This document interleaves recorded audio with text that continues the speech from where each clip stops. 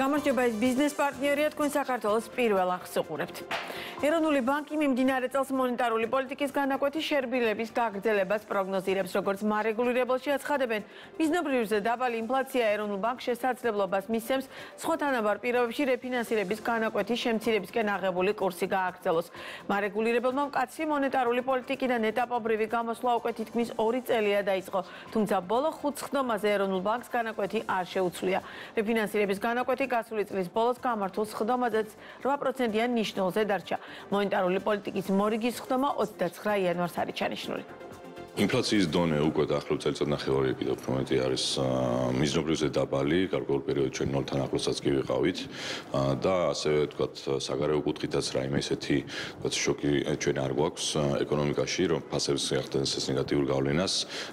ცხადია გაზრდილი არის გაურკვევლობა მეორეს მხრივ, ამიტომ ზუსტი თქვა იმის თუ როგორ განვითარდება მოვლენები არ გვაქვს, მაგრამ სხვა თანაბარ პირობებში ჩვენ ველით რომ შესაძლებლობა გვექნება შევინარჩუნოთ ინფლაცია მიზნობრივთან ახლოს ან ქვემოთ და ეს საშუალებას მოგცემს რომ შევამციროთ საპროცენტო განაკვეთები მიმდინარე წელს. ჩვენი სურვილია რომ ეროვნულ ბანკმა ეტაპობრივად კვლავ გააგრძელოს შემცირება, თუმცა ამან არ უნდა შექმნას წნეხი ლარზე. შესაბამისად, ალბათ იანვრის ბოლოს თუ გვექნება საშუალება დაუბრუნდეთ ამ საკითხს და უფრო მეტ ინფორმაციას მოგაწვდით ამ ეტაპზე ჯერჯერობით ისევ საახალწლო ასე ვთქვათ პერიოდში ვიმყოფებით. საქართველოს ეკონომიკური პოტენციალი, ძლიერი მხარეები, გამოწვევები და შესაძლებლობები. სტატია ამ სათაურით ბრიტანულ გამოცემაში Capital Finance International-ში გამოქვეყნდა. პუბლიკაციაში ნათქვამია, რომ საქართველოს ბიზნესსა და ინვესტორებს დინამიურ მიმზიდველ შესაძლებლობებს ავაზობს. ასევე საუბარია ტურიზმის განახლებად, ენერგიისა და ბიზნესისთვის ხელსაყრელ გარემოზე. ეროვნული ბანკის როლის მიმოხილვის ნაწილში კი ნათქვამია, რომ ეროვნულმა ბანკმა ეფექტური მონეტარული პოლიტიკა გაატარა და საპროცენტო განაკვეთების დროული კორექტირებით წარმატებით მართა ინფლაციური მოლოდინები და ხელი შეუწყო ბიზნესსა და მომხმარებელთან ნდობის ხელსაყრელი გარემო შექმნას. ეს არის აღიარება მთელი ჩვენი გუნდის, რომელიც მუშაობს იმისთვის, რომ ჩვენი ძირითადი მანდატი ფასების სტაბილურობა, ინფლაციის დაბალი დონე, ფინანსური დისციპლინა, სავალუტო ბაზარზე სტაბილურობა იყოს შენარჩუნებული და ერთ-ერთი ქვესათაური სტატიაში სწორედ ესე არის ჩამოყალიბებული, ძალა სტაბილურობაშია და ეს სწორედ ეროვნული ბანკის ნაწილს ეძღვნება. ასევე სწორად არის გამოყოფილი ძირითადი მიღწევები ჩვენი მიმართულებით, მონეტარული პოლიტიკის მიმართულებით, რა თქმა უნდა, პირველ რიგში ეს არის დაბალი ინფლაცია და ინფლაციის ეფექტური მართვა რეფინანსირების განაკვეთის მეშვეობით. ეს არის საბანკო სექტორის სიძლიერე, სოლიდურობა, სანდოობა. ბოლო წლებში ინფლაციის დაბალი მაჩვენებელი ვფიქრობ, რომ მნიშვნელოვნად არის ეროვნული ბანკის სწორი მონეტარული პოლიტიკის დამსახურება. ფინანსური სექტორიც წასახად სტაბილურია. ვიტყოდი, რომ სტაბილურობასთან ერთად ქვეყანაში ფინანსურ სექტორს აქვს გამორჩეული როლი და არა მარტო ქვეყანაში, რეგიონშიც ქართული საბანკო სექტორი და ზოგადად საფინანსო სექტორი გამოირჩევა თავის სტაბილურობით, განვითარების მაღალი დონით და ინოვაციებით, რაშიც ვართ ლიდერები. გავლენიანი საერთაშორისო გამოცემების მსგავსი შეფასებები, რა თქმა უნდა, ძალიან მნიშვნელოვანია. ეფექტური მონეტარული პოლიტიკა, ფინანსური სტაბილურობა, გრადი ლიკვიდური, კარგად კაპიტალიზირებული საბანკო სექტორი, რა თქმა უნდა, ქვეყნის ეკონომიკური სტაბილურობის გარანტორია და ფაქტია, რომ საქართველოს საბანკო ბაზრით, სექტორით ინტერესდებიან საერთაშორისო ინვესტორები და ამას კარგი მაგალითია გასული წლის ბოლოს კრედო ბანკში იაპონური ჰოლდინგის მიერ განხორციელების სადებიუტო ინვესტიცია. $565 მილიონი შემოსავლები და ექსპორტის 70 ქვეყანაში. გლობალურ ბაზრებზე ქართულ ღვინოზე მოთხოვნა გაიზარდა, განსაკუთრებით ისეთ სტრატეგიულ ქვეყნებში, როგორიცაა ამერიკის შეერთებული შტატები და ევროკავშირი. გარემოს დაცვა და სოფლის მეურნეობის სამინისტროში აცხადებენ, რომ სახელმწიფო გააგრძელებს დარგის მხარდაჭერას და ღვინის კომპანიებს და მარნებს კიდევ უფრო მეტი შესაძლებლობა მიეცემათ საკუთარი პროდუქცია უფრო მეტ ბაზარზე გაიტანონ. კონკრეტულად რა შედეგები აქვს ქართულ მწარმოებლებს, რა გამოწვევებია სექტორში და რა გეგმები აქვს სახელმწიფოს სტუმართან ღვინის ეროვნული სააგენტოს თავმჯდომარესთან ლევან მეხუსლასთან ერთად ვისაუბრებთ. მოგესალმებით, ძალიან დიდი მადლობა გააცემაში სტუმრობისთვის. დავიწყოთ 2024 წლის შეჯამებით. როგორ გამოიყურება ეს წელი რიცხვებში? რა ძირითადი ტენდენციები მივიღეთ და როდესაც საუბრობთ, რომ გაზრდილია, რას ნიშნავს ზრდა? რამდენ პროცენტიანია და რამდენად არის ეს ისეთი ბაზრები, ისეთ ბაზრებზე ზრდა, რომელიც ჩვენთვის განსაკუთრებულად მნიშვნელოვანია? მოგესალმებით პირველ რიგში დიდი მადლობა მოწვევისთვის. ასევე მივესალმებით ჩვენ ტელემაყურებელს. რაც შეეხება ციფრებს, როგორც თქვენ ბრძანეთ, უკვე შემოსავალმა ამ დარგიდან, აქ იგულისხმება როგორც ღვინო, ასევე სპირტიანი სასმელები ყურძნისეული წარმოშობის $9 მილიარდ გადააჭარბა, მიუახლოვდა $600 მილიონ, რაც რა თქმა უნდა ძალიან გვახარებს. ასევე მინდა აღვნიშნო, რომ დაახლოებით 8%-იანი ზრდა არის 2023 წელთან შედარებით, თუ შევაჯამებთ 2024 წლის მაჩვენებელს, გამოხატული თანხაში, ასევე ანალოგიური ზრდა არის რაოდენობაში, რაც იმას ნიშნავს, რომ ფასიც, ასე ვთქვათ, სტაბილურია. შესაბამისად რაოდენობა და თანხა ერთნაირი სისწრაფით იცვლება. როგორც თქვენ აღნიშნეთ, გეოგრაფიაც გაფართოვდა, უკვე 70 ქვეყანაში ვართ წარმოდგენილი ჩვენი ქართული ღვინით, თუმცა რა თქმა უნდა, დაახლოებით 10 ქვეყანა, რომელსაც ჩვენ როგორც სტრატეგიულ ბაზრებს ასე უყურებთ, ყველა მათგანში აღინიშნება ზრდა. ამერიკის შეერთებულ შტატებში, გერმანია, პოლონეთი, იაპონია, სამხრეთ კორეა, ბალტიის ქვეყნები, დიდი ბრიტანეთი, რომელიც აუცილებელია რომ აღვნიშნოთ, იმიტომ რომ დიდი ბრიტანეთი გახლავთ ბარომეტრი, ასე ვთქვათ, ღვინის ინდუსტრიაში, თუ დიდ ბრიტანეთში წარმატებული ხარ, ეს ავტომატურად ნიშნავს სხვა ბაზრებისთვის, რომ შენი ღვინო არის, ვთქვათ, მაღალი ხარისხის და სხვებიც, ასე ვთქვათ, ინტერესდებიან.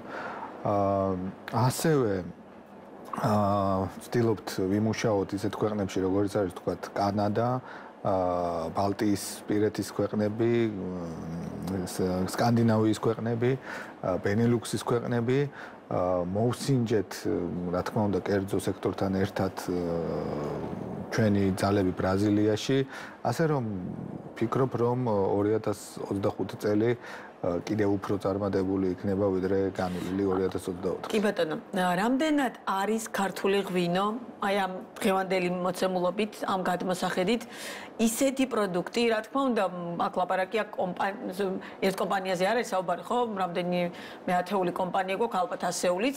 შესაბამისად, ყველა ხარისხი ისეთი შეიძლება ვერ იყოს, როგორიც ჩვენ გვინდოდეს და როგორიც საერთაშორისო სტანდარტებს აკმაყოფილებს, ან რომელიც დავუშვათ ისეთი პროდუქცია, რომელსაც კარგი ფასიც ექნება, იმიტომ რომ ფასიც არის მნიშვნელოვანია, მაგრამ მთლიანობაში ქართული ღვინის ხარისხი ამ გადმოსახედიდან რამდენად გაზრდილია და რამდენად, როდესაც საუბარია მათ შორის თქვენ საგანგებოდ აღნიშნეთ, ბრიტანეთში თუ იყიდება ქართული ღვინო, ბუნებრივია რომ მე პოპულარიზაციის და იმიჯის თვალსაზრისით ბევრად ფართო გაქვს გახსნილი, ხო, ეს ძალიან ცნობილი საკითხია ღვინის სექტორში.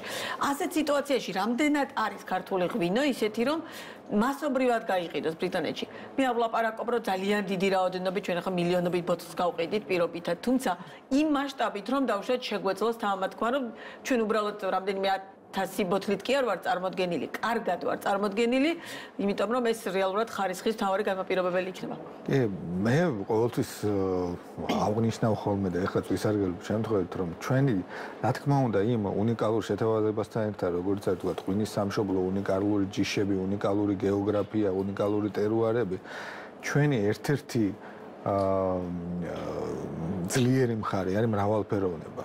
ჩვენ ფაქტიურად ყველა სეგმენტზე შეგვიძლია შევიდეთ, ყველა სეგმენტისთვის შეგვიძლია გავაკეთოთ რაღაც პროდუქტი, შევთავაზოთ ჩვენი უნიკალური ღვინო, დაწყებული, როგორც თქვენ ბრძანეთ, სუპერმარკეტების ქსელიდან, დამთავრებული, ვთქვათ, იმ მიშელინის ვარსკვლავის რესტორნებში, სადაც რა თქმა უნდა იმ ღვინოს არ მიიღებენ, რომელიც სუპერმარკეტში იყიდება. იგივე დიდ ბრიტანეთშიც უკვე ქართული ღვინო არის წარმოდგენილი მარკ & სპენსერის ქსელში, არაერთი კომპანიიდან, ასევე ერთ-ერთი კომპანია. ერთია წარმოდგენილი, მაგრამ რამდენად რეალურად არის მოთხოვნადი და ანუ უბრალოდ საილუსტრაციოდ კი არ ვარ წარმოდგენილი, კარგად გაყიდვადია? კი, უკვე რამდენიმე ასეული ათასი არის გაყიდვები.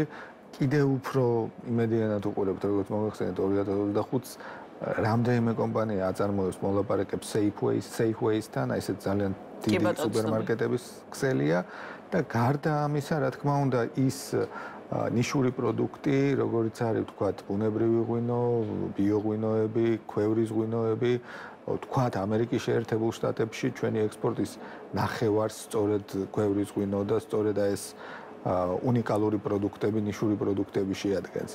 ასე რომ საბოლოო ჯამში ამ ყველაფრის ერთობლიობა ფიქრობ არის იმის საწინდარი, რომ ქართული ღვინო ყველა სეგმენტში დაიკვირდებს ღირსეულ ადგილს და იქნება წარმოდებული. არა შეიძლება რა საფასო სეგმენტშია დღეს ქართული ღვინო ძირითადად წარმოდგენილი და ვისთან რეალურად გვიწევს კონკურენცია?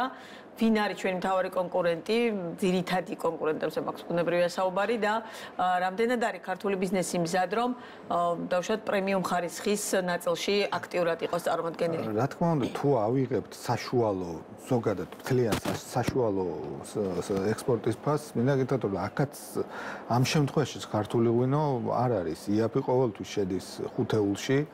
ან ჩვენი მიზანი არის დავუშვათ საფასო სეგმენტით ვიყოთ წარმოდგენილები ამ საფასო სეგმენტით თუ დავუშვათ ჩვენი მიზანია რაც შეიძლება მეტი გავყიდოთ. ჩვენი მიზანი არის პრინციპში ორივე, იმიტომ რომ რაც შეიძლება მეტი, რაც შეიძლება ძვირად. თუმცა რა თქმა უნდა გააჩნია ქვეყანას, გააჩნია სეგმენტს, არის ქვეყნები, რომლებიც ძალიან მტკივნეულია ფასის მიმართ და იქ რაოდენობის ზრდის ხარჯზე ხდება ექსპორტის და თუნდაც პოლონეთი რომელიც ვთქვათ იგივე ამერიკისგან და ბრიტანეთისგან განსხვავებით შედარებით ღვინის მოხმარების ის კულტურა არ არის, ასე ვთქვათ, როგორც ვთქვათ იგივე დიდ ბრიტანეთში და იგივე როგორც სამხრეთ ევროპის ქვეყნებში. ამიტომ იქ ვყიდით ვთქვათ ნახევრადტკბილ ღვინოებს, იმ ღვინოებს, რომლებიც ამ შემთხვევაში ამ ბაზრისთვის არის მისაღები და არის მოსაწონი და ვართ ძალიან ფართოდ წარმოდგენილი სუპერმარკეტის ქსელებში. რაც რა თქმა უნდა გარკვეულ შეზღუდვებს ფასის მიმართ აწესებს. სრულიად განსხვავებული სიტუაცია ამერიკის შეერთებულ შტატებში, თქვათ, როგორც აღნიშნე, სადაც დავიწყეთ და შევედით და მე მგონი ამ სტრატეგიამ სწორად გაამართლა ჰორეკა სექტორში, ანუ რესტორნებში, სპეციალიზირებულ მაღაზიებში, ყველა თავმოყარე მაღაზიას, რომელიც მუშაობს ნიშურ ღვინოებზე, აქ ქართული ღვინო წარმოდგენილი, აუცილებლადაც კი მიაჩნია უკვე, რომ ქართული ღვინო იყოს, თქვათ, მათი შეთავაზების ნაწილი, იგივე ღვინის ბარები, ნიუ-იორკში ძალიან ბევრ ღვინის ბარში ვარ და არა მარტო ნიუ-იორკში, თქვათ, ძალიან ცნობილ ბარებში, როგორც არის ბარსელონა, ბოსტონში და ასე შემდეგ, ყველგან არის ქართული ღვინო. ლოს-ანჯელესში იგივე და რა თქმა უნდა, აი ამ მდგომარეობიდან გამომდინარე, ამერიკის შეერთებულ შტატებში ქართული ღვინის საექსპორტო ფასი $5-საც კი აღწევს 1 ლიტრზე გადასვლით. ასე რომ კიდევ ერთხელ ვიძახი, რომ სწორედ მრავალფეროვნებაშია ჩვენი სიძლიერე და წარმატების საწინდარი. იმედი ვიქონიათ, რომ 2025-ში ძალიან ბევრი დავუშვათ მიშლენის ვარსკვლავის რესტორნები დაგვემატება და შემდგომ ან ისეთი სუპერმარკეტები, სადაც სწორედაც რომ ძალიან ხარისხიან პროდუქტს ითხოვეთ, ეს ქართულ ბიზნესაც გაზრდის და შემოსავლებსაც აისახება თავისთავად. თუმცა თვითონ საქართველოში დავუშვათ ქართულ ნაწილზე რო გადმოვიდეთ, რამდენად სწორად გვაქვს გააზრებული, რომელი უნდა იყოს ჩვენი ბაზარი. თქვენ ჩამოთვალეთ დაახლოებით 10 ქვეყანა, ხო? აზიისკენ რა ტენდენცია გვაქვს, იმიტომ რომ რაღაც პერიოდი იყო აქტიურად ვცდილობდით ყოველ შემთხვევაში ჩინურ ბაზარზე მეტნაკლებად დამკვიდრებას. დღეს როგორი სურათი გვაქვს ამ კუთხით? ბუნებრივია რომ მოხმარება შეიძლება ისეთი არ არის პირობითად როგორც და ევროპულ და ამერიკულ ბაზრებზე, მაგრამ აქ როგორი ტენდენცია გვაქვს და რამდენად გვაქვს პერსპექტივა აქ თავის დამკვიდრების? ძალიან პირიქით მადლობა ამ შეკითხვისთვის, იმიტომ რომ ძალიან საინტერესოა ჩინეთის ბაზარი, რომელიც ერთი პერიოდი კოვიდამდე პერიოდი გულისხმობ იყო ბუმი, არა მარტო ქართული ღვინო, ზოგადად ღვინის მოხმარების, თუმცა კოვიდის გავლენა საკმაოდ ნეგატიური იყო ამ შემთხვევაში. იგივე თუნდაც ის რომ ჩინეთი ერთი წლით მეტხანს იყო ჩაკეტილი, ვიდრე ვთქვათ სხვა დანარჩენი მსოფლიო და ამ ყველაფერმა მოახდინა გავლენა, რომ ღვინის ზოგადად მოხმარება ჩინეთში შემცირდა და ისევ უფრო გაიზარდა მათი ტრადიციული ალკოჰოლური სასმელის ბაიჯუს მოხმარება. თუმცა ჩვენ ჩინეთის ბაზარზე ვაგრძელებდით მიზანმიმართულ მუშაობას და ამის შედეგი არის ის, რომ ქართული ღვინის წილი ღვინის თლიან, ასე ვთქვათ, ბაზარზე თლიან აი ამ ჩინეთის ბაზარზე გაიზარდა, რაც რა თქმა უნდა პოზიტიურია. ძალიან ოპტიმისტურად უყურებთ სწორედ ჩინეთის მიმართულებით 2025 წელს ჩვენი ასე ვთქვათ პირადი ურთიერთობებით მოვიძიეთ ძალიან ძლიერი კომპანია Dragon Phoenix ესეთი კომპანია გახლავთ, რომელიც სათავეში ჩაუდგება ქართული ღვინის მარკეტინგს. მინდა გითხრათ, რომ ჩინეთში არსებული 5 ღვინის მაგისტრიდან 4 სწორედ აი ამ კომპანიის თანადამფუძნებელია და 4 ღვინის მაგისტრი მომავალი წლიდან, უბრალოდ აგერ უკვე იანვრიდან, წლევანდელი წლიდან დაიწყებს ქართული ღვინის პოპულარიზაციაზე ზრუნვას. ასე რომ ის საფუძველი, რომ მიუხედავად ბაზრის კლებისა, ქართული ღვინის წილი იზრდებოდა და აი ეს ახალი კონტრაქტორი, რომელიც ძალიან დიდი გავლენები აქვს ღვინის ჩინელ მომხმარებელზე, გვაძლევს იმის იმედს, რომ ჩინეთი კვლავ დაუბრუნდება კოვიდის წინა ნიშნებს და იქნება წარმატებული ქართული ღვინისთვის. ღვინის ეროვნულ სააგენტომ ჩემი აზრით ძალიან კარგი რამ გააკეთეთ, ეს არის კადასტრი, რომელმაც რეალურად უნდა გვაჩვენოს სწორედ ის რა ღვინოები გვაქვს, რა ადგილწარმოშობის ღვინოებია და მე უკვე ამის მიხედვით ვიფიქროთ, ხარისხიანია, ვის არ არის ხარისხიანი. რაღაც ერთგვარი ტენდენციაც იყო, თუმცა ეს ტენდენცია ბოლო პერიოდში შეიცვალა, რომ ჩვენ მაინც და მაინც ექსპორტზე უნდა გავიტანოთ ხარისხიანი ღვინო, არა, ადგილობრივადაც ძალიან ხარისხიან ღვინოს უნდა მოვიხმარდეთ, შესაბამისად ამას ძალიან მნიშვნელობა აქვს. ეს არ ნიშნავს ბუნებრივია, რომ ვიღაცა სახლში არ დაწურავს და ეს პოპულარული არ იქნება პირიქით. ამ ნაწილზე არ მაქვს საუბარი აქ ამ შემთხვევაში. თუმცა თვითონ ღვინის ამ ყურძნიდან მიღებული პროდუქტის შესახებ მეტი ინფორმაცია რო ვიცოდეთ მომხმარებლებმა, ბუნებრივია, რომ ეს ძალიან კარგია, ნაბიჯია. რა სურათი მივიღეთ შედეგის სახით და რამდენად გაიაზრა, მე ვენახემ, რომ დავუშვათ ეს არის ერთ-ერთი ყველაზე მნიშვნელოვანი სეგმენტი, იმიტომ რომ სწორედაც რომ ის ევროპული ქვეყნები, რომლებიც ამ მიმართულებით ძალიან აქტიურად არიან წარმოდგენილები ღვინის სეგმენტში, სწორედაც რომ ამით არიან პოპულარულები, რომ ზუსტად იციან, სად რა ტიპის რომელი ვენახიდან რა ღვინოს წარმოება ხდება. ნამდვილად, აბსოლუტურად გეთანხმებით. ჩვენ ამ შემთხვევაში ის სამუშაოები, რაც დავასრულეთ და ეს არის თლიანი ვენახების აღწერა და პასპორტიზაცია მთელი საქართველოს მასშტაბით. ეს არის საფუძველი ჩვენი აზრით, რომელზეც უნდა დაშენდეს ამ დარგის წარმატება და ამ დარგის გრძელვადიანი განვითარება. რა თქმა უნდა, ღვინო ძალიან არის მიბმული ადგილის მცნებას, ანუ ღვინო ეს ჩვენ მეც მეღვინე ვარ, უნდა ვაღიაროთ, რომ ღვინო იწყება ვენახში, ღვინო მზადდება ვენახში და სწორედ ვენახი განსაზღვრავს მის უნიკალურობას და მის აი იმ თვისებებს, რომელიც მეღვინის მთელი ვალდებულება არის, რომ სწორად მიიტანოს ეს ყველაფერი მომხმარებლამდე. აქედან გამომდინარე, ეს არის ის საფუძველი, ამ ეტაპზე გვაქვს ციფრები ჯიშების მიხედვით, რეგიონების მიხედვით, მიკროზონების მიხედვით, ადგილწარმოშობების მიხედვით და ასე შემდეგ. ყველა ეს მონაცემი ადგილზეა. ეხლა უკვე იწყება ის შემდეგი ეტაპი, რაზეც რა თქმა უნდა, პირველ რიგში კადასტრი არის ცოცხალი ორგანიზმი, მუდმივად იქნება აქ ცვლილებები, ინფორმაციის შეტანა, განახლება და ასე შემდეგ. პლუს უკვე ჩვენ კოლეგებთან ერთად, როგორც არის თქვათ სამეცნიერო კვლევითი ცენტრი, ასევე გარემოს დაცვის და სოფლის მეურნეობის სამინისტრო და ასე შემდეგ, გვინდა ეს საფუძველი გამოვიყვენოთ სწორედ ვენახების გასაჯანსაღებლად ერთი პლუს იმ ვენახების და იმ ადგილების გამოყოფისთვის, სადაც სწორედ უნიკალური ღვინოები მზადდება, ეგრეთ წოდებული ფრანგული ტერმინია კრუებად თქვათ, ანუ სხვადასხვა ხარისხის მიხედვით ვენახების დაყოფად. ეს ყველაფერი უკვე დროის ამბავია, კვლევების ამბავია, მათ შორის ნიადაგის, მათ შორის კლიმატის ცვლილებას. რა პერიოდში შეიძლება რომ უკვე იმ ახალ ეტაპზე გადავიდეთ? ჩვენ ფიქრობთ, რომ ამ სამუშაოებს დავიწყებთ ჩვენ კიდევ ერთხელ ვიხართ ჩვენ კოლეგებთან ერთად წელსვე, თუმცა რა თქმა უნდა, რამდენიმე წელი ამ ყველაფერს საბოლოო ჯამში ჭირდება, რომ აი ეს საბოლოო სურათი დაიდოს და დაიყოს თქვათ ვენახები იმ ხარისხად, იმ ტერუარებად, როგორც არის თქვა იგივე ბურგუნდიაში. კი ბატონო. იმ გავს მაგალითად.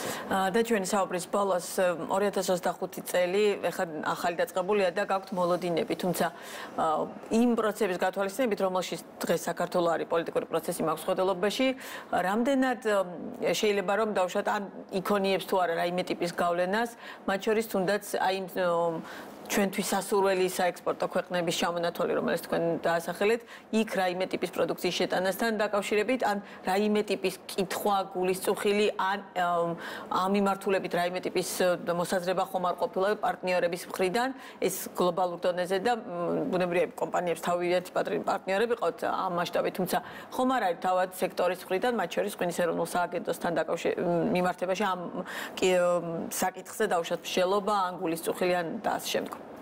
არა, ამ ეტაპზე არანაირი გავლენა არ ვთქვათ, ამ შემთხვევაში ღვინის სექტორს არ აქვს.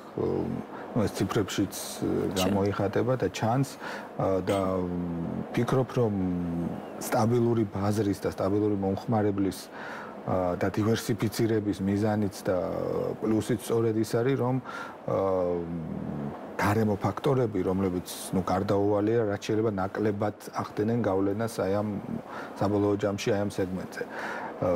ასე რომ ჩვენ ვაგრძელებთ იმ ბაზრებზე მუშაობას, რომლებიც საქართველოსთვის და ქართული ღვინისთვის ამ ბაზრების ხარისხიდან გამომდინარე არის და არის ძალიან მნიშვნელოვანი, მათზე დამკვიდრება არის ძალიან მნიშვნელოვანი. ამ ხრივ პირიქით ყოველ მხრივ გვერდზე დგომაა, მათ შორის სახელმწიფოდან, მაგალითად შარშან 16 მილიონი ლარი ქონდა ბიუჯეტი, წელს უკვე 17 მარკეტინგული კამპანიების და გამოფენებში მონაწილეობის მიიღებს. 17 მილიონ ლარზე მეტი გვექნება. სწორედ ამ ბაზრებზე, რა თქმა უნდა, ყველა ის სტრატეგიული გამოფენა და სტრატეგიული ღონისძიება ამ ბაზრებზე არის დაგეგმილი. ეხლა თებერვალში უახლოესი გვექნება პარიზის ვინექსპო. პარალელურად პარიზის ვინექსპოსთან ერთად იმართება ეგრეთ წოდებული რო გამოფენა რო პარიზ, რომელიც გახლავთ მცირე მარნებისთვის და ბუნებრივი ღვინის წარმოებლისთვის. ამიტომ აქედან გამომდინარე, მინდა გითხრათ, რომ ვაგრძელებთ და პირიქით უფრო ინტენსიურად ყველა იმ ბაზრებზე მუშაობას, რასაც აქამდე გეგმავდი და ვანხორციელებდი. და არ შემიძლია არ გითხოთ, რამდენად დიდია კლავაც იმ კომპანიების რიცხვი, რომელიც ყოფილი საბჭოთა კავშირის ქვეყნებზე მუშაობს კლავ. ალბათ მხოლოდ ამაზე არა, მაგრამ მთლიანობაში ძირითადად მაინც აქ გადის რუსეთი მაქვს ხედელობაში, იმიტომ რომ უკრაინაში ომია და შესაბამისად ეს ბაზარი ამ წუთისთვის ალბათ მთლიანად დახურულია ჩვენთვის. ხო, მთლიანად დახურული არ არის, გარკვეული ექსპორტი უკრაინაში იყო შარშანაც, თუმცა რა თქმა უნდა, წინა წლებთან შედარებით კლება უკრაინის მიმართულებით არის ობიექტური მიზეზების გამო. რაც შეეხება ჩვენ ტრადიციულ ქვეყნებს, მათ შორის რუსეთსაც, რა თქმა უნდა, ექსპორტის დიდი წილი ჯერ კიდევ მოდის ამ ბაზრებზე. მათ შორის კომპანიები, მსხვილი კომპანიები, რაც სრულიად ლოგიკურია, ლოჯისტიკიდან, cash-flow-დან გამომდინარე, მუშაობენ ამ ბაზრებზე, მაგრამ ძალიან ბევრი უმსხვილესი ქართული მწარმოებელი მიხვდა უკვე, რომ წარმატების გასაღები არის დივერსიფიცირებაში და დასავლეთის ბაზრებზე დამკვიდრებაში. ამიტომ ყველა ის მოთამაშე, რომელიც ლიდერობს, თქვათ, რუსეთის ექსპორტში, ასევე ძალიან აქტიურობს და მარკეტინგულ დანახარჯებს. კი, რა თქმა უნდა და ასე ვთქვათ, არ აკლებს ძალისხმევას იგივე ჩინეთის მიმართულებით. უბრალოდ თავშევიკავ თვითონ კომპანიების დასახელებისგან, მაგრამ ერთ-ერთი მსხვილი კომპანია, რომელიც რუსეთშია წარმატებული, ასევე ლიდერობს ჩინეთის მიმართულებით, იმიტომ რომ თქვათ ძალიან სტრატეგიულად მიუდგა ჩინეთის ბაზარს და შესულია იქაც ისეთ ქსელებში, როგორც არის თქვათ 7-Eleven, Jack Ma's, Hippo სუპერმარკეტების ქსელში და ასე შემდეგ. ასე რომ უბრალოდ იმის თქმა მინდა, რომ რა თქმა უნდა ჩვენს ტრადიციულ ქვეყნებზე ეს წარმატება უნდა იქნას დაბანდებული იმისთვის, რომ მოხდეს მეტი დივერსიფიცირება და მეტი დამკვიდრება სოფლიო ბაზარზე ქართული ღვინის. ძალიან დიდი მადლობა. ახალი შედეგებით გელოდებით ბუნებრივია კლავაც შემდგომ უკვე სტუდიაში კიდევ ერთხელ. ძალიან დიდი მადლობა, რომ ყოველთვის ძალიან აქტიურად თანამშრომლობთ ბიზნეს პარტნიორთან. ლევან მეხუზლა იყო ბიზნეს პარტნიორის პირდაპირ ეთერის სტუმარი. თბილისსა და ბათუმში უძრავი ქონება გაძვირდა, ფასები გაზრდილია როგორც ძველი, ისე ახალი ბინების შემთხვევაში, მიუხედავად გაზრდილი ღირებულებისა, საქართველოს დედაქალაქში უძრავი ქონების გაყიდვებში ზრდის მაჩვენებლები ნარჩუნდება. განსხვავებული სურათია ბათუმში, სადაც ტრანზაქციებში ვარდნა შეინიშნება. რა პროგნოზები კეთდება უძრავი ქონების ბაზარზე და რას უნდა ელოდონ უძრავი ქონების ყიდვით დაინტერესებული ადამიანები, სექტორის ყოველთვიური მიმოხილვით მარი მელიქიშვილი გვერდება პირდაპირ ეთერში. გამარჯობა მაია, მე ვესალმები ჩვენს მაყურებელს. ცალ-ცალკე მიმოვიხილოთ საქართველოს ორივე მნიშვნელოვანი ქალაქი და დავიწყოთ თბილისით, სადაც 2024 წელს საცხოვრებელი ბინების ტრანზაქციების რაოდენობამ 41,000 გადააჭარბა და წინა წელთან შედარებით 2%-ით გაიზარდა. რაც შეეხება ბაზრის ზომას, ის 12% თითქმის $3 მილიარდამდეა გაზრდილი. ამის შესახებ Colliers Georgia საცხოვრებელი უძრავი ქონების ბაზრის ყოველთვიურ მიმოხილვაში წერია, სადაც ცხადია საუბარია როგორც მთლიანად 2024 წლის მონაცემებზე, ისე მხოლოდ დეკემბრის თვეზე. უნდა ითქვას, რომ გასულ თვეს თბილისში ახალი ბინების გაყიდვები გაიზარდა, ძველების კი შემცირდა. უფრო კონკრეტულად, ასევე Colliers-ის ინფორმაციით, 2024 წლის დეკემბერში თბილისში ახალ პროექტებში ტრანზაქციების 14%-იანი ზრდა ფიქსირდება, ძველ პროექტებში კი 2023 წლის დეკემბერთან შედარებით მაჩვენებელი 13%-ით არის შემცირებული. ჯამში 2024 წლის დეკემბერში თბილისში საცხოვრებელი ბინების ტრანზაქციების რაოდენობამ 4,000 ერთეულს გადააჭარბა. რაც შეეხება ფასებს, ის გაზრდილია როგორც ძველი, ისე ახალი ბინების შემთხვევაში, მხოლოდ დეკემბრის თვეში თბილისში ახალაშენებული ბინების საშუალო შეწონილი გასაყიდი ფასი 13%-ით გაიზარდა ცენტრში, გარეუბანში კი 10%-იანი ზრდა დაფიქსირდა, რაც შეეხება ძველ ბინებს, ცენტრში ისინი 18-დან 23%-მდე გაძვირდა, გარეუბანში კი ფასებმა 16%-ით მოიმატა. უძრავი ქონების ბაზრის ექსპერტებს 2025 წლის პროგნოზების გაკეთება უჭირთ, ამბობენ, რომ როგორც ტრანზაქციების მაჩვენებელი, ისე ფასების სტაბილურობის საკითხი ქვეყანაში მიმდინარე პოლიტიკური მოვლენების შემდგომ განვითარებაზე იქნება დამოკიდებული. 2024 წელი საკმაოდ წარმატებული გამოდგა თბილისის დეველოპერებისთვის. პირველად ბაზარზე იყო 14%-იანი ტრანზაქციების ზრდა, ხოლო ფასების მხრივ იყო 7%-მდე ზრდა. ასევე ბოლო პერიოდში გაზრდილი არის ახალი მშენებლობის რაოდენობა და თბილისში 2024 წლის შუისთვის დაფიქსირდა რეკორდული 77,000 აქტიური მშენებარე ბინა. რაც შეეხება ძველ კორპუსებს, ტრანზაქციების კლება დაფიქსირდა 13%-იანი, ხოლო ახალი კორპუსების მეორეულ ბაზარზე მცირე 1%-იანი ზრდა.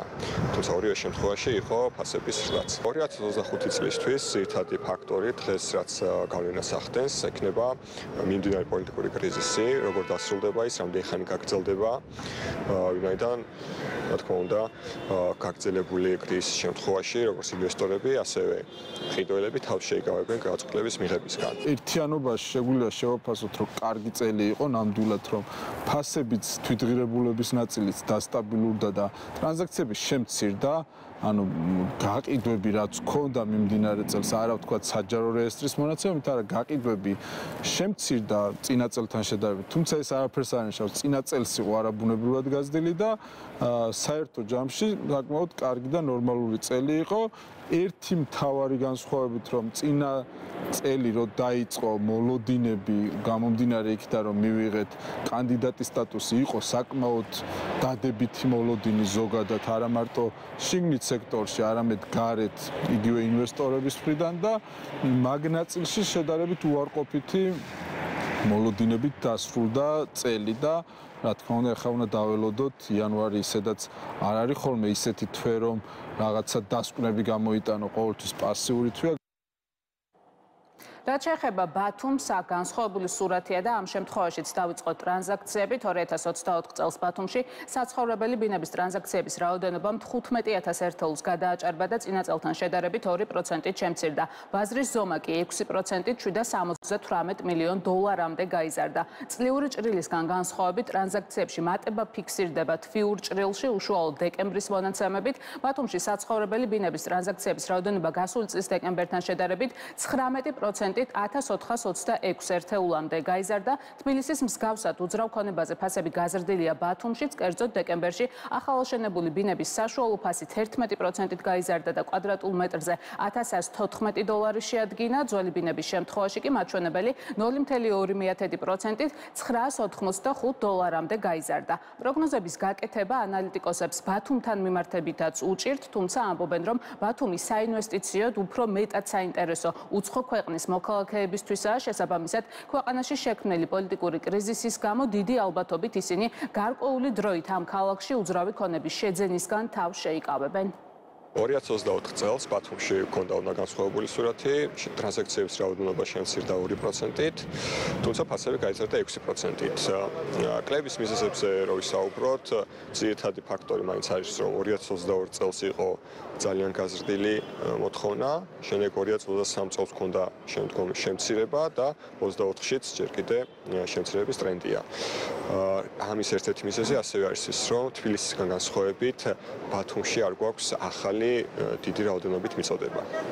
რაც შეეხება მოლოდინებს, ბათუმი უფრო მეტად არის საინვესტიციო ქალაქი, შესაბამისად მიმდინარე პოლიტიკურ კრიზისს სავარაუდოა, რომ უფრო დიდი გავლენა ექნება ბათუმზე ვიდრე თბილისზე. ბათუმი თბილისისგან განსხვავებით კიდევ უფრო მეტად საინტერესოა არა რეზიდენტებისთვის, ანუ უფრო ადამიანებისთვის, ვინც არ არიან საქართველოს მოქალაქეები და საქართველოში ყიდულობენ უძრავ ქონებას სამომავლო გარკვეული პერსპექტივით, ხო? და თუ ავიღებთ ბოლო მოვლენებს, რომელმაც გარკვეული ხა ყველაზე რბილად რო ვთქვათ, კითხვის ნიშნები გააჩინა საგარეო კურსთან დაკავშირებით, რა თქმა უნდა, ბათუმზე ყველაზე მეტად ეს აისახებოდა, იმიტომ რომ ბათუმში ყიდულობენ ყოფილი საბჭოთა კავშირის ქვეყნებიდან, ყიდულობენ გალფის ქვეყნებიდან, შესაბამისად მათთვის ეს გარკვეულწილად იყო უძრავი ქონების ყიდვა პერსპექტივით ევროკავშირში. შესაბამისად, თუ ზოგადად კითხვები არ შესაძლებლობს და ფაქტია რომ არსებობს, მათთვის გარკვეული დამაბრკოლებელი არის დღეს იქ უძრავი ქონების ყიდვა. შეგახსენებთ უძრავი ქონების ფასებს სხვა ფაქტორებთან ერთად მშენებლობის ღირებულების ინდექსიც განსაზღვრავს, რომელიც საქსტატის ბოლო მონაცემებით 5.5%-ით არის გაზრდილი. ინდექსის ზრდა უმეტესწილად გამოწვეული იყო მშენებლობის დარგში დასაქმებულთა ხელფასის თითქმის 25%-იანი ზრდით და სამშენებლო მასალების გაძვირებით. ძალიან დიდი მადლობა მარი მელიქიშვილი საუბრობდა ბიზნეს პარტნიორის ეთერში. ციფრული ინოვაციების შემოსავლების სამსახურში ახალი ინიციატივის ფარგლებში 2024 წლის დეკემბრის საანგარიშო პერიოდიდან მცირე ბიზნესის სამშენებლო გადასახადის ყოველთვიური დეკლარაცია ჩამოყალიბდა ახალი რედაქციით და დაინერგა მისი წინასწარი შევსების ავტომატური მექანიზმი.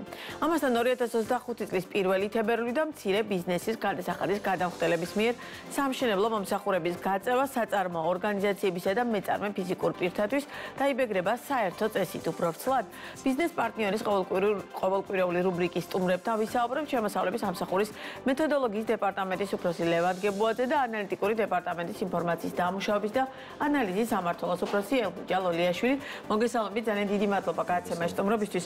საკმაოდ საინტერესო სიახლეა მცირე და საშუალო ბიზნესისთვის განსაკუთრებით. ბატონო ელგუჯა, თქვენით მინდა დავიწყოთ მცირე ბიზნესის დეკლარირების გამარტივების ნაწილში რა ცვლილებებია და როგორ აისახება, როგორ ფიქრობთ, რომ ეს აისახება თავად ამ სეგმენტის წარმომადგენლებზე და რატომ ივედი დავუშვათ აი ამ გამარტივების აუცილებლობის წინაშე? პირველ რიგში მოგესალმებით, მადლობა თემის დაინტერესებისათვის და მოწვევისათვის. როგორც თავად აღნიშნეთ, უკვე დეკემბრის საანგარიშო პერიოდიდან ხელმისაწვდომი მცირე ბიზნესის სამშენებლო გადასახადის ავტომატური შევსების მექანიზმი, რაც გულისხმობს შემდეგს. ანუ ჩვენ საშუალებას ვაძლევთ გადამხდელებს, მცირე მეწარმეებს კონკრეტულად, რომ ხილაკზე ერთი დაჭერით შეივსოს დეკლარაციის ძირითადი მონაცემები. რატომ მივედით ამ დასკვნამდე და რატო გავაკეთეთ ეს, ხო? როგორც მოგეხსენებათ, მცირე მეწარმეები ესენი არის უმეტესობა არის ის კატეგორია, რომელიც საქმიანობენ გარკვეული ნაწილი საქმიანობს დამოუკიდებლად, რა თქმა უნდა, გარკვეულს ყავს დაქრეველი თანამშრომლიც, მაგრამ ისინი ძირითადად ეწევიან ისეთ ეკონომიკურ საქმიანობას, რომელსაც არ ჭირდება რთული ბუღალტრული აღრიცხვა და გამარტივებული წესით ახორციელებენ აღრიცხვას. შესაბამისად, მათ მიერ მიღებული უმეტესობა ასევე არც კი იყენებს ბუღალტრული მომსახურებას. შესაბამისად, მივიღეთ გადაწყვეტილება, რომ გაგვემარტივებინა ამ გადახდელებისათვის დეკლარაციის შევსების შეიქმნა პროგრამული უზრუნველყოფა დიახ, რომელიც არის ნებაყოფლობითი თავისთავად, განახორციელოს შეუძლია აირჩიოს ეს სერვისი, რომელზე მონიშნის შემთხვევაში მას შეივსება გარკვეული მონაცემები დეკლარაციაში, რომელიც არის ჩვენს ხელთ არსებული და ხელმისაწვდომი, მას უფლება აქვს და რა თქმა უნდა ვალდებულება რომ გადაამოწმოს ეს მონაცემები და დაამატოს სხვა რა მონაცემების დამატებაც იქნება საჭირო და შესაბამისად გადააგზავნოს დეკლარაცია. ჩემი აზრით ძალიან კარგი ინიციატივა, თუმცა ეს ფასიანია თუ უფასო? არა, რა თქმა უნდა ეს უფასო სერვისია, რომ ვინაიდან დეკლარაციის წარდგენა ელექტრონულად ფასიან მომსახურებას არ წარმოადგენს. პრაქტიკა როგორი იყო დავუშვათ აქამდე არსებული პრაქტიკის გათვალისწინებით, როდესაც მცირე მეწარმეები ავსებდნენ ამ დეკლარაციას, რამდენად სწორად ავსებდნენ და დავუშვათ რამდენად გარდა იმისა, რომ გაამარტივებს, რამდენად ხარისხობრივად სხვა ტიპის დეკლარაციას მოგცემთ და უშუალოდ ეს ახალი შეთავაზება. მადლობა კითხვისთვის. კი ბატონო, როგორც თანამდეც აღნიშნეთ, მცირე მეწარმეების კატეგორია ძირითადად ვინც თვითონვე ახორციელებს ანგარიშგებას, მათ ისინი დაკავებული არიან ბიზნესით და შესაძლოა იმდენი ყურადღება ვერ მიაქცია ანგარიშგებას. შესაბამისად, ეს შეთავაზება სწორედ მათთვის არის.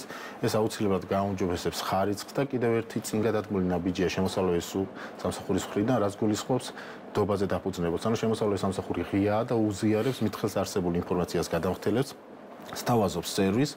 აღნიშნული სერვისიდან მოლოდინი გვაქვს, რომ აუცილებლად ამაღლდება კანონის შესაბამისობა თავისთავად, დაიხვეწება ასევე ხარისხი და გაუმჯობესდება დეკლარაციის წარდგენის მაჩვენებლიც. კი ბატონო, და რამდენ მეწარმეს შეეხება? კი ბატონო.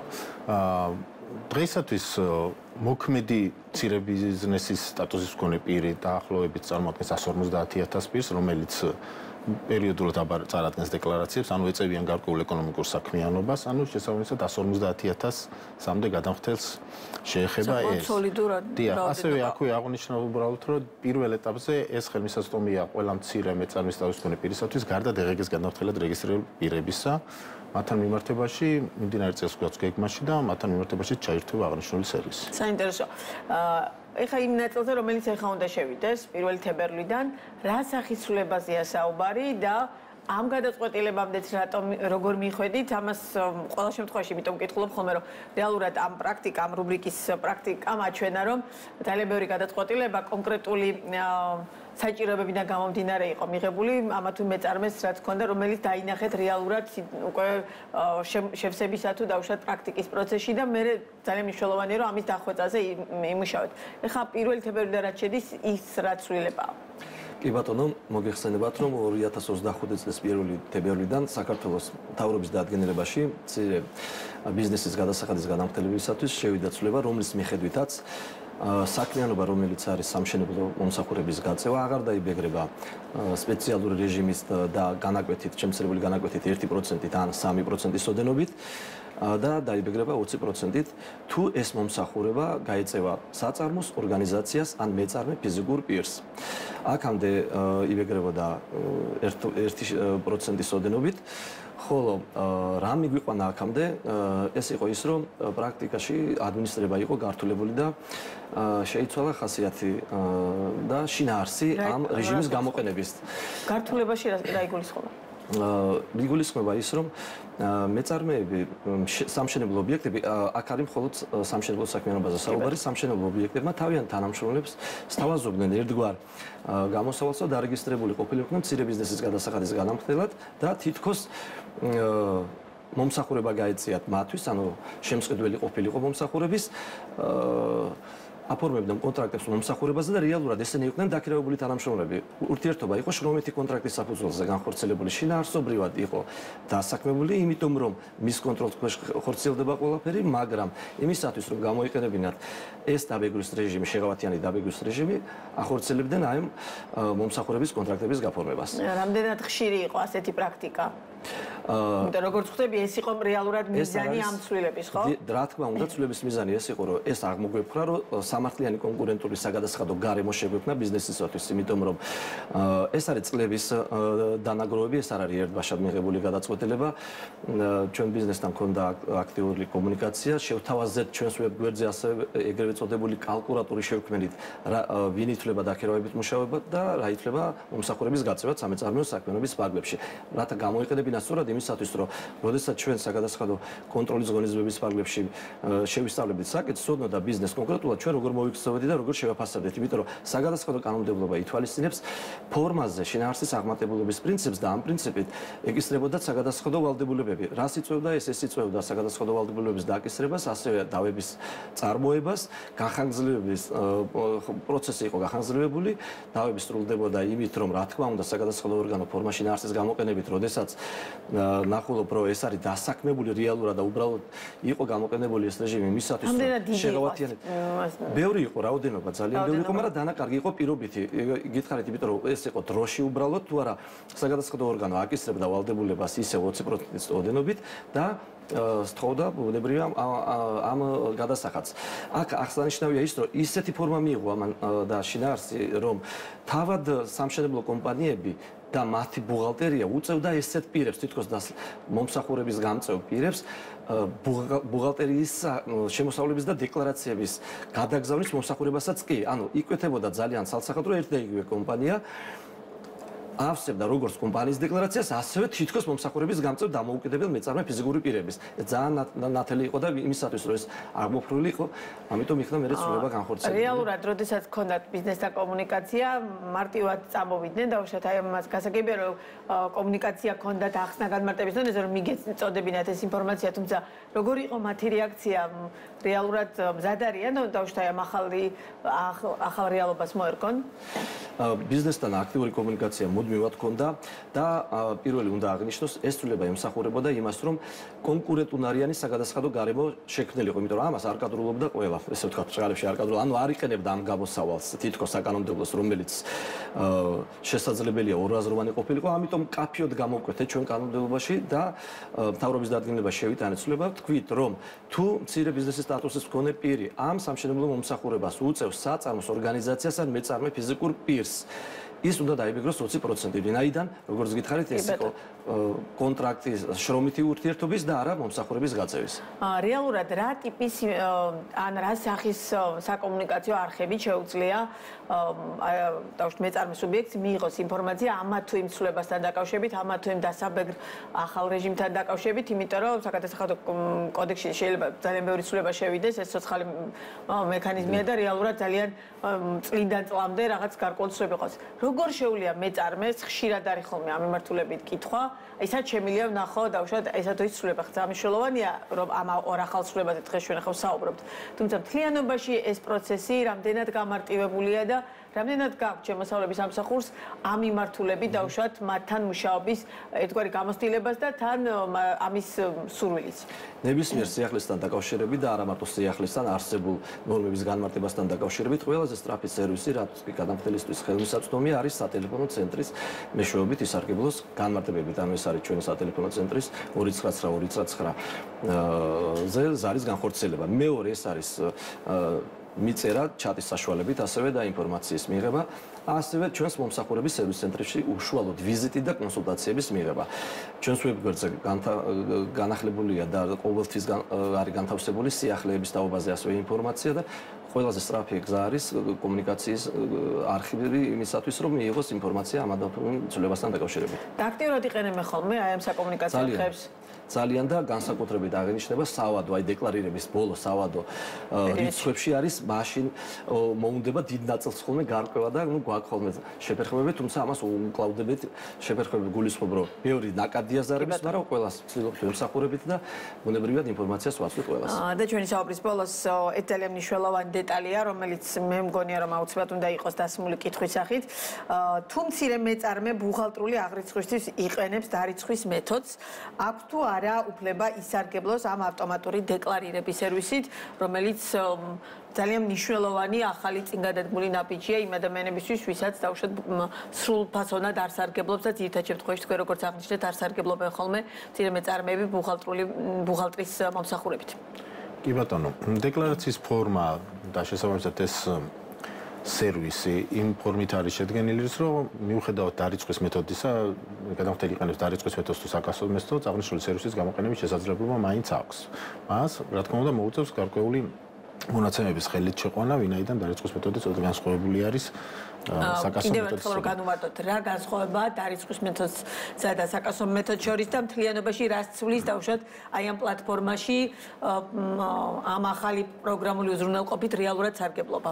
დიახ, კი ბატონო. და ზუსტად ვიცი რომ ამაზე იქნება კითხვები, რომ დარიცხვის მეთოდს როგორც მოგეხსენებათ, ანუ გადასახადის განახორციელება შეიძლება აირჩიოს წლის განმავლობაში რომელი მეთოდით საქმიანობს და წლის განმავლობაში აღნიშნული მეთოდით უნდა განახორციელოს საქმიანობა. დარიცხვის მეთოდი გულისხმობს, რომ მან შემოსავალი და ხარჯი უნდა აღიაროს იმ დროს, როდესაც მოხდა უფლების მოპოვება და გადაცემა. შესაძლოა მიუხედავად იმისა, რეალურად მისი სანაცვლო ანაზღაურება მიიღო, ან ხარჯი გაწია თუ არა. განსხვავებით საკასო მეთოდისა, რომელიც როგორც მანვეც აღნიშნა, უმეტესობა ძირმეწარმეებისთვის სიმარტივიდან გამომდინარე ახორციელებენ საკასო მეთოდით, ვინაიდან რა დროსაც მიიღებს შემოსავალს, იმ დროს ახორციელებს მის დაბეჭდას და დეკლარაციის შეასახვას.